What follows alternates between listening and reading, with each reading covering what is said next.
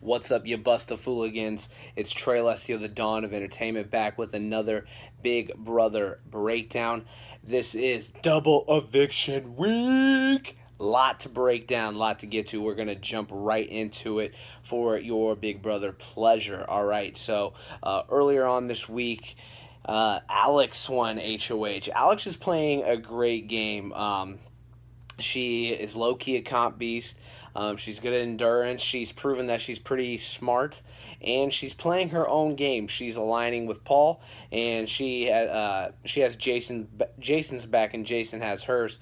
But she's playing a great game, and she's looking like a real competitor. She wins HOH. Then comes the Temptation Challenge, and Mark wins this. Mark is kind of on a roll lately. He won last week's Temptation Challenge, and so he's safe for the week. But Alex, go ahead. She puts up Jason and Elena. Now, Matt loses the Temptation Challenge on purpose. He throws the competition. Now, Cody also decided to throw the Temptation Challenge. Basically, as strategy to ensure that he could play in the POV. Unfortunately, this didn't pan out for Cody. He accidentally got one right in the Temptation Challenge, and Matt got all of them wrong, and therefore Matt loses. And that was also strategy to rebut against Cody going up as the third nominee in order for him to play in the POV competition. So Mark wins the Temptation Challenge. Then we have Matt purposely losing the Temptation Challenge and going up as the third nominee. So we have Jason, Elena, and Matt on the block. I have to say, Matt, the dude at the beginning, I thought he was really cool. He is a cool dude. Seems like a great guy, but the dude does nothing in the house. He purposely goes up as pawn every time, and I don't know how far you can get in the game. And think about this: Matt standing final two, and what he's going to campaign and say, "Oh, my strategy was to float along and get everybody to like me and be a pawn the entire time."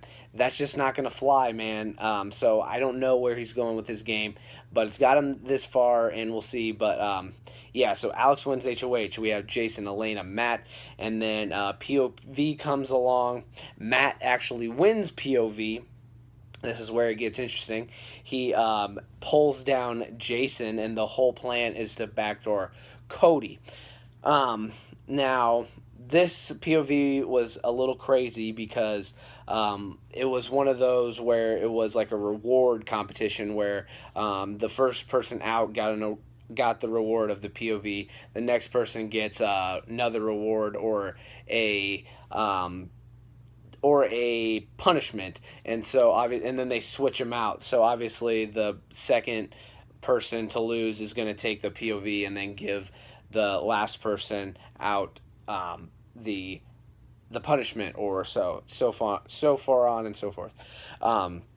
So it was one of those competitions, and Elena actually is down to the nitty gritty, and she could have chosen to take the POV in the end. I think she was the last winner of this competition where you get to pick what you want to take from the other people who have lost.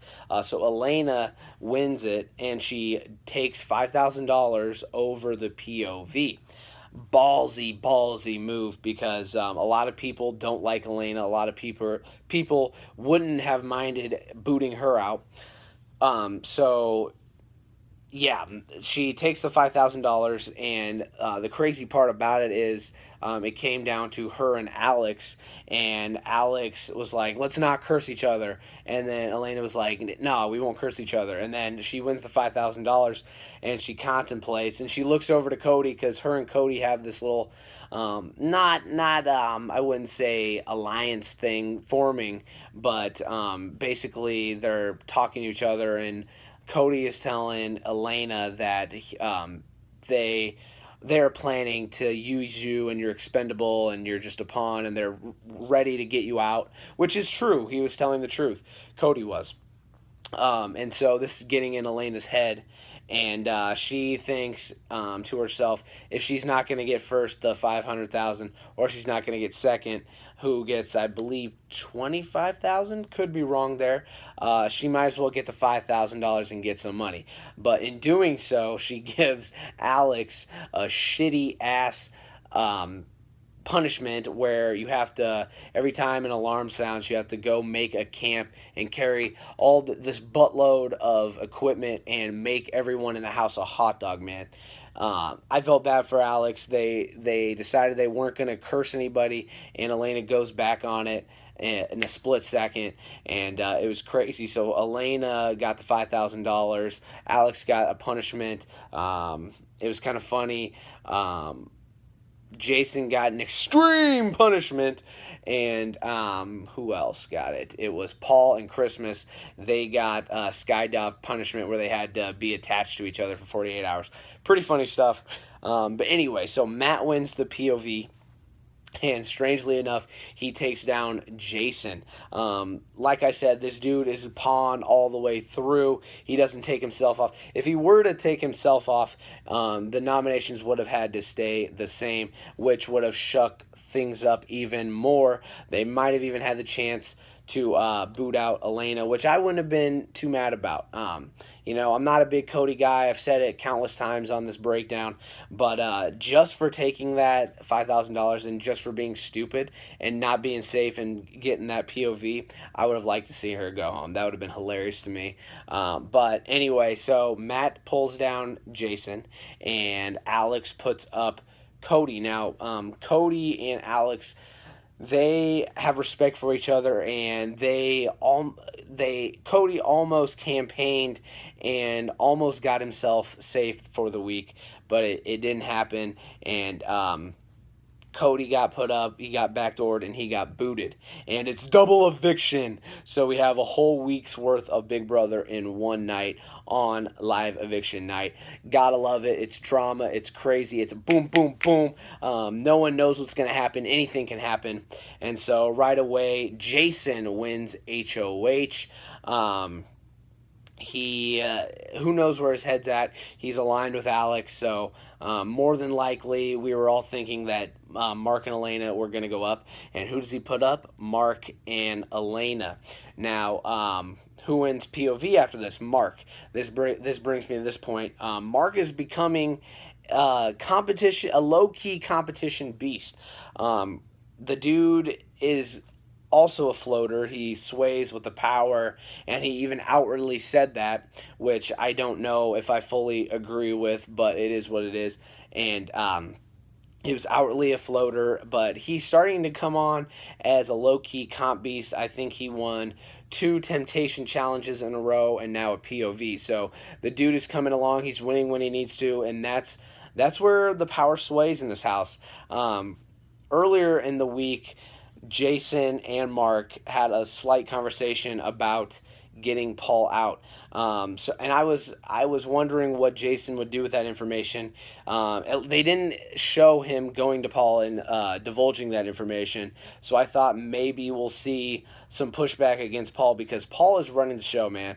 He's playing puppeteer. I've said it multiple times on this breakdown, but the dude's going to walk away with $500,000 if someone doesn't make a move. And I'll get to I'll go into further detail with that a little bit further down the line in this breakdown. But let's move along. So Jason wins HOH. He puts up Mark and Elena. Mark wins POV. I already said that. And then Elena gets booted out on double eviction. Crazy, crazy stuff. It would have been the perfect opportunity to get Paul back. In Jason's little spiel before he put the nominees up, he said to Mark that we had a little talk at playing chess at the chessboard, and we talked about the big move. He didn't specifically say it was to get Paul out, but they're thinking it, and that's where it needs to start, because Paul has run the house. He has played a part in everybody's eviction, everybody's departure. He has had his hands in every eviction, and they need to start realizing this, because they blindly trust the dude, and he is going to win this game easily if someone doesn't realize this and give a little pushback and start playing this game. So it would have been the perfect opportunity to, because there was a random draw in the POV for the double eviction, and he wasn't drawn, so he wasn't playing. So there was no chance for him to win POV. It would have been crazy if they, because Mark won. It would have been crazy if they just randomly put up Paul. No one would have seen it coming. They didn't have the time to think about it and contemplate the pros and cons in the double eviction because it was a live show and it's back to back to back to back. It would have been the perfect opportunity, but I get it. You're in the house. You want to ensure yourself for another week, and you want to go the easy route. I get that. I'll say it's not the most fun to watch at home, but I respect it and I understand it's all gameplay. I already talked about how Mark is starting to become a comp beast. This is where Big Brother gets interesting because, if I were in the house, I would try and stay under the radar. I would not be a floater. I'd try and align with one person, stick with them to the end, maybe not be outward about it, but secretly plot with them. But I would try and keep a low profile. I would play a social game. I'd be a nice guy. I'd get everybody to like me. But I would win when I have to, and that's what Mark is doing right now. He's won 2 temptation competitions, and he has won a POV. So look out for him to keep winning, and if he does, he could sway some things because I think in his head he is thinking that Paul is running the show, and we could see some pushback there. So maybe Mark will be the dude to think about getting Paul out, or at least conceiving the idea. Really, Paul and Alex are the only 2 deserving as of right now to win this game. If it was strictly gameplay, it would be down to them. Paul would win in a landslide in my mind just because the dude is running the show. He's playing puppeteer. He's doing it all. They blindly trust him. They're his minions. From a gameplay aspect, he's killing it, and you got to respect it. As a viewer, it's not the most fun thing to watch, but you got to respect the game. Tomorrow, Friday, is a special episode. Maybe we'll get Zingbot. Maybe we'll get kind of one of those throwback episodes where they look back on the season a little bit. Maybe we'll get deeper into some of their families. I know they like to do that on Big Brother. But the all-time GOAT, Derek, is going to be on. Can't wait for that. He's an all-timer. He, in my mind, is the greatest Big Brother player of all time.